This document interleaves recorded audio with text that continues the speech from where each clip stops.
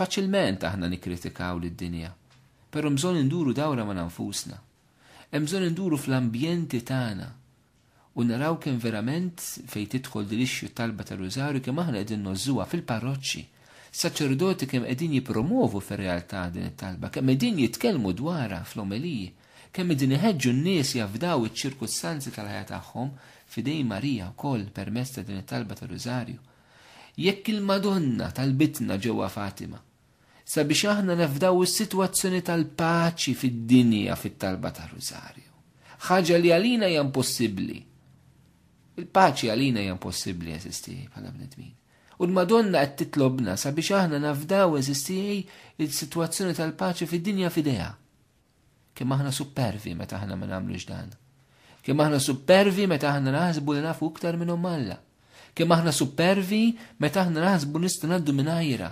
Kemm aħna supervi meta aħna naħsbu nistgħu nsibu metodi u toroq oħra għajr dawk li s-sema qed tipproponi hija stess. U l-Madonna ninsisti ġewwa Fatima proponitilna eżistijej il-qawwa tar-Rużarju, però nixtieq nenfasizza li l-qawwa tar-Rużarju mhix ħaġa maġika. Mhix ħaġa maġika, hija talba profonda, hija arti li titlob ir-Rużarju kif jiġu Ġwanni Pawlu Tieni, l-arti tat-talb. Hemm bżonn li fil-Knisja eżistijej verament niskopru din it-talba.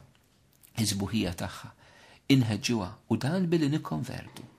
Nikkonvertu billi nżiru ċkejknin u nikkonvertu billi anke nagħtu widen għas-sejħat tal-Madonna. Ħafna drabi ssib min jgħidlek illi aħna maħniex obbligati nemmnu fir-rivelazzjonijiet privati fid-delitt ta' Marija. Marija meta titlob biex aħna tolbu Rużarju u din hija verità, l-Knisja ma tobbliganix li aħna nemmnu eżistijej fid-delitt tal-Madonna.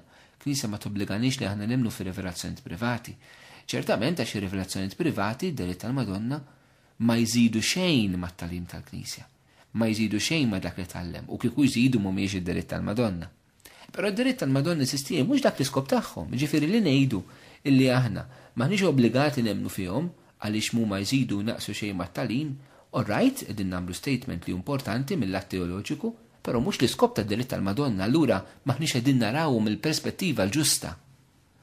San Tumas d'Aquino jgħallem li rivelazzjoni privati ma jappertinux għal-virtu tal-fidi. U għaldaqstant meta noqogħdu ngħidu illi isma' m'hemmx obbligu li aħna nemmnu fihom, maħniex nitkellmu mill-aspett ta' fidi, ġifieri mhux id-diskors li għandna nagħmlu f'kelma waħda. Ngħiduh biex ħadd ma jitħawwad u biex l-affarijiet ikunu ċari, però rridu nimmaturaw u kif jallimna San Tumas l-interventi ta' Marija irridu narawhom mill-virtu tat-tama. Għaliex? Għaliex l-interventi ta' Marija sistijej fil-ħajja tal-Knisja jqajmu d-don tal-profezzija. Mhux il-fidi, imma l-profezzija. Il-profezzija x'tagħmel? Il-profezzija tħarislek lej ċirkustanza reali li l-bniedem ikun għaddej minnha u dik iċ-ċirkustanza jinterpreta fid-dawl ta' Alla. Imbagħad tagħmel proposta lil bniedem kif għandu jġib ruħu f'dik iċ-ċirkustanza fid-dawl ta' Alla. Imbagħad skont l-emil tiegħu se jkun hemm riżultat. Ħanħu l-każ ta' Fatima. Għandek iċ-ċirkustanza ta' gwerra, dinja li mhix fil-paċi. Għandek dera ta' Madonna illi tgħidilna dik ċirkustanza kif qiegħed taħares lejha Alla u il-proposta ta' Alla x'inhi għal dik ċirkustanza, mhux il-proposta tal-bniedem, il-proposta ta' Alla. U jekk ma kunux aħna l-insar li nagħtu widen, min se jagħti widen? Jekk mhux se nkunu aħna u lit Marija, min se jagħtiha widen? U l-proposta ta' Marija, proposta tas-sema kienet itolbu Rużarju. U jekk aħna ħanilqgħu din il-proposta hemm konsegwenza, jekk le hemm konsegwenza oħra. Fil-każ ta' Fatima, pereżempju, Madonna qalet illi kien tara Rużarju u Russja tiġi konsagrata l-qalb immakolata tagħha, id-dinja kollha l-paċi, imma jekk le se tfaqqat tieni gwerra. U fil-fatti għaliex ma tajniex widen għallak li qalet il-Madonna, għaliex sabbatnina l-bib wiċċa, allura kellna mbagħtu wkoll iva dik il-konsekwenza. Din hija verità li forsi nibżgħu ngħiduha, li forsi ma tiġobniex tinżlilna. Għaliex? Għax ħafna drabi aħna wlieda stess li nsabtula l-bib ma' wiċċa. Aħna wlieda stess li nħalluha barra. Aħna wlieda stess li nħalluha fuq il-bankina ma nħalluhiex tidħol ġewwa fil-ħajja f'kull realtà tagħna. Naf li huwa kliem ibes tagħna, naf li jista' kliem nista' jweġġa' l-ħut. Per esistija jekk hija weġġa li tiftaħlek għajnejk huda, ikber immatura int minn int.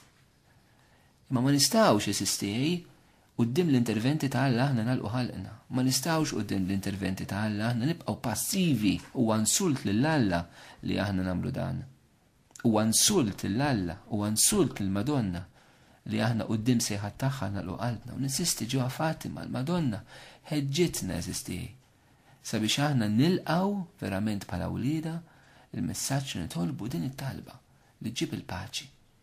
U allura għaliex daħħalt id-deritt tal-Madonna fil-kuntest tar-Rużarju? Daħħalt il-Madonna fil-kuntest tal-talba tar-Rużarju għal ġiex raġunijiet.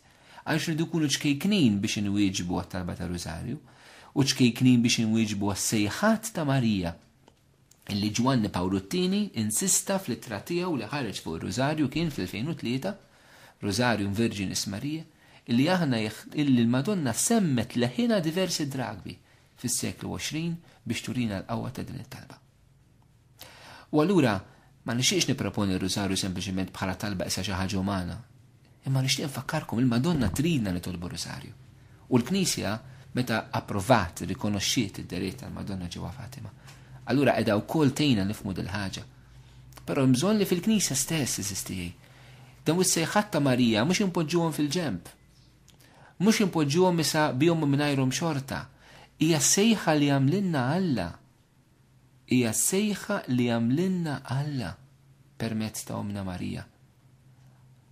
Ovvjament, hija repetizzjoni ta' dak li mill-Vanġelu xi talba ta' Rużarju fl-aħħar mill-aħħar x'inhija.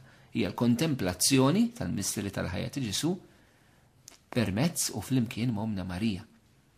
Però kienet tagħmlilna dis-sejħa bħala wlied. Aħna ħan wieġbu għaliha b'mod legali, b'mod tal-liġi, x'aħna obbligati x'maħniex, Alla ħares m'ommok timxi hekk. Għax ma nafx razza ta' benint. Jew ħadd wieġeb verament mill-qalb filjali, mhux b'sentimenti ta' ħafna emozzjonijiet u imbarazz minn daw. Imma fil-verità li tifhem li inti iben Marija. Għaliex Kristu kien bin Marija u jekk inti tkun maqut miegħu inti ssir iben Marija. Għaliex Ġesu fuq is-salib ta' kien Madonna bħala ommok. U bħad disċiplu l-maħbub, id-disċiplu l-maħbub bħada għandu. Imma aħna qegħdin noħduha għandha. Mhux qegħdin noħduha għandha biss fit-talim uffiċjali tal-Knisja fuq il-Madonna, ma anke fl-interventi tagħha fil-Knisja. Anke fl-interventi ta' Marija. Jekk il-Papa eżistijaj f'dokument uffiċjali tiegħu jixbdilna l-attenzjoni għad-drabi fejn Marija semmet leħina. Għaliex aħna bħala wlieda inżommu qalb qiebsa u ma nagħtux widen għal-leħen tagħha fil-ħajja personali tagħna, fil-ħajja tagħna bħala Knisja. Hemm bżonn li nikkonvertu u nduru lejlhom eżistijaj ħalli nkunu aktar qrib ta' bina Ġesu. Ġewwa Fatima eżistijaj il-Madonna proponitilna talba ta' Rużarju għal paċi fid-dinja. Ġwanni Pawluttini eżistijaj propona ħafna talba ta' Rużarju flimkien mal-paċi fid-dinja għall-familja. Jien ix nagħmel proposta serja f'dal-mument. Malta f'pajjiżna għaddejjin mument ta' bidliet kbar. Għaddejjin mument ta' bidliet kbar li forsi aħna omi għalihom. Per eżempju, aħna għaddejjin minn diskussjoni serja li għadna ma nafux jista' jkun ir-riżultat tagħha fil-futur fuq id-divorzju. U għagwaj jekk ixxu serja bħal din aħna nirriduċuha fuq livell politiku u politika partiġjana. Jekk jiena naqbel ma' partit li jaqbel ma' divorzju, allura jiena għax naqbel ma' dak il-partit inkun favur id-divorzju, jekk jien naqbel ma' partit politiku li huwa kontra divorzju, allura jiena ma naqbilx ma' divorzju. Hija ħasra, hija skandlu, hija bluwa u ignoranza illi aħna kieku kellna nibdew nirraġunaw b'dan il-mod. Però sfortunatament ħafna drabi nirraġunaw b'dan il-mod, ma nfittxux il-verità.